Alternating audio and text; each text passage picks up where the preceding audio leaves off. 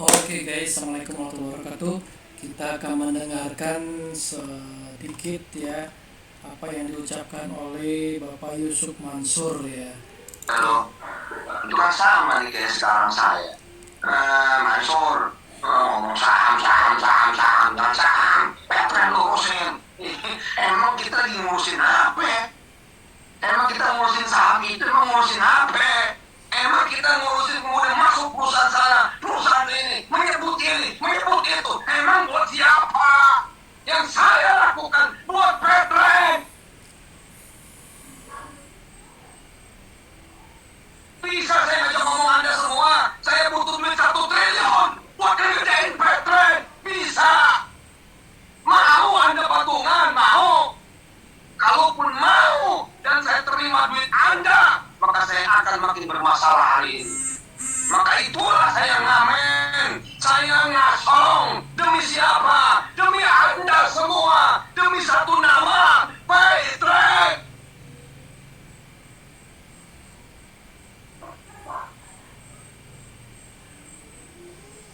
Tapi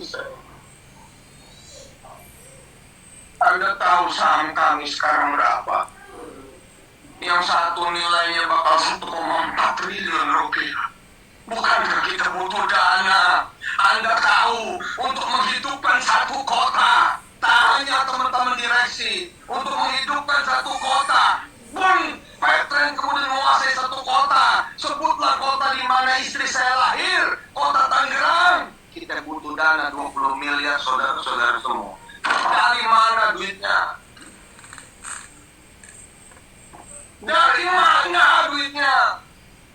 Apakah kita akan berdiri mengemis di depan orang-orang? Tolong pinjemin Pak, tolong pinjemin Pak, tolong invest Pak, tolong jadi investor kami Pak. Bukan saya manusia kecil.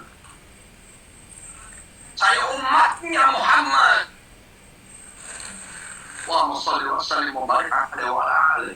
Ojo ngaco omongan itu. Hari ini saya masih berhati. Oke, jadi kalau kita lihat si Bapak Yusuf Mansur ini beliau mungkin marah ya karena mungkin dianggapnya Pak Yusuf Mansur ini tidak mengurusi Paytrend gitu ya. Ya mungkin dari nadanya itu dia marah-marah karena dianggap kok begini gitu, tidak sesuai dengan harapan, tidak sesuai dengan janji di awal gitu ya. Baiklah, jadi motivasi kali ini adalah memaafkan adalah kemenangan terbaik. Ini quote-nya dari Ali bin Abi Thalib. Jadi sebaiknya diri kita juga harus saling memaafkan ya guys ya. Jadi betapa pentingnya memaafkan. Jadi sampai-sampai Ali bin Abi Thalib itu sangat concern ya. Jadi di sini beliau mengatakan memaafkan adalah kemenangan terbaik. Ya. Memaafkan adalah kemenangan terbaik.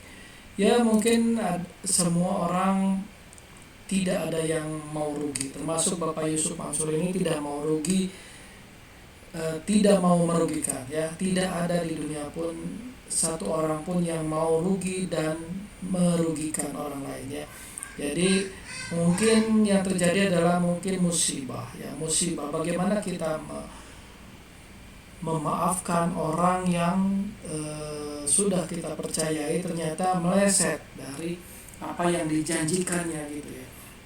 Jadi tapi oke, saya tidak akan membahas tentang permasalahan yang dihadapi Bapak Yusuf Mansur ini dan Paytrendnya ya.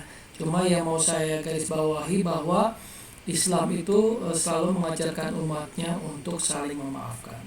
Ya, ada baiknya Pak Yusuf Mansur memaafkan anggota di bawahnya dan anggota yang di bawahnya juga memaafkan apa yang terjadi dengan Paytrend, atau misalnya member-member Paytrend itu memaafkan apa yang terjadi dengan Pak Yusuf Mansur ini. Jadi mungkin kesalahan analisa di awal mungkin Paytrend ingin booming, dan saya dengar keinginan Pak Yusuf Mansur ini adalah membeli klub bola dan sebagainya, klub ternama bola Paytrend. Kemudian di perjalanan mungkin ada kesalahan manajemen dan lain sebagainya menyebabkan Paytrend ilit ya, jadi mendekati bangkrut dan lain sebagainya, mungkin seperti itu. Jadi tapi kita harus saling berhusnuzon ya. Jadi mungkin Pak Yusuf Mansur ini ada kesalahan teknis yang menyebabkan Paytrend gagal bayar atau gagal menjalankan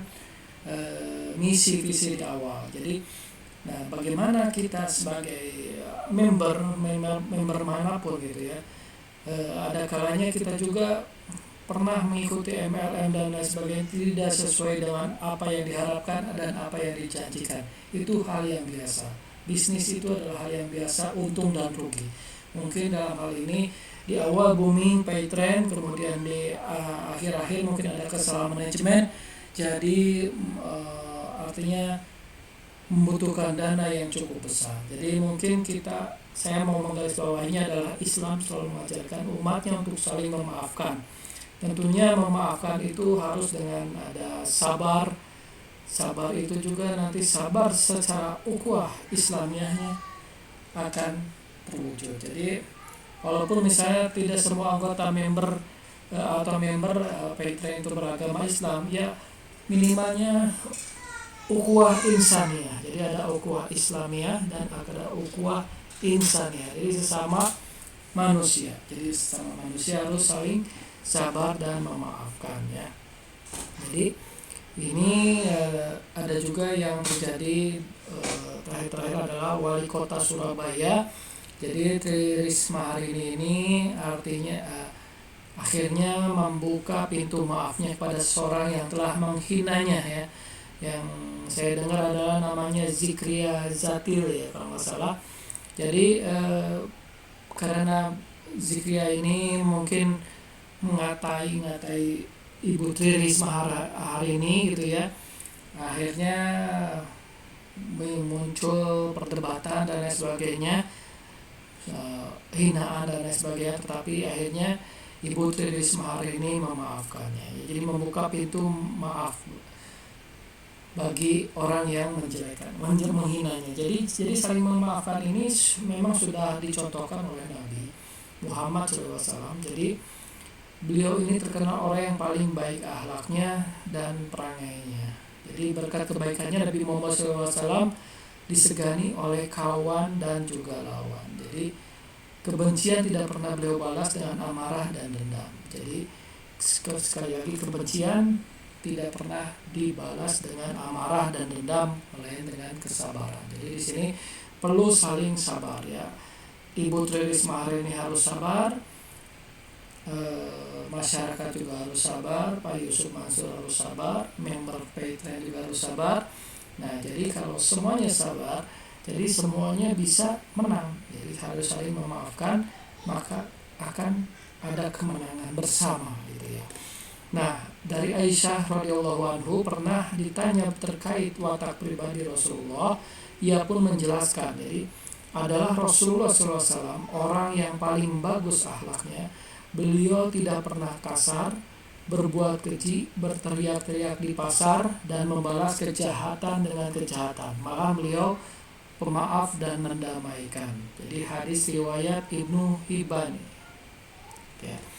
Jadi gitu ya. Jadi dari Aisyah adalah Rasulullah orang yang paling bagus akhlaknya. Beliau tidak pernah kasar, berbuat keji, berteriak-teriak di pasar, membalas kejahatan dengan kejahatan, malah beliau pemaaf dan mendamaikan. Jadi ada baiknya kepala daerah atau menteri juga ketika berjalan, karena kita sering menemukan ya para kepala daerah marah-marah gitu ya. Mungkin kita sebut saja yang paling fenomenal adalah Kang Deddy Mulyadi. Kang Deddy Mulyadi itu sering marah-marah di jalanan dan sebagainya, atau Ahok, kemudian Bu Tri Risma hari ini yang terakhir adalah Gubernur Jawa Timur juga marah-marah.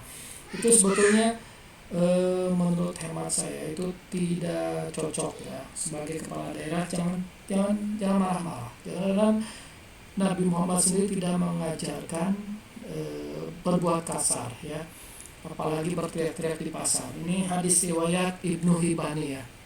Kemudian Allah Subhanahu wa taala berfirman dalam surat Asy-Syura ayat 40, saya bacakan artinya. ya, barang siapa yang memaafkan dan mendamaikan maka pahalanya dari Allah Subhanahu wa taala. Ya.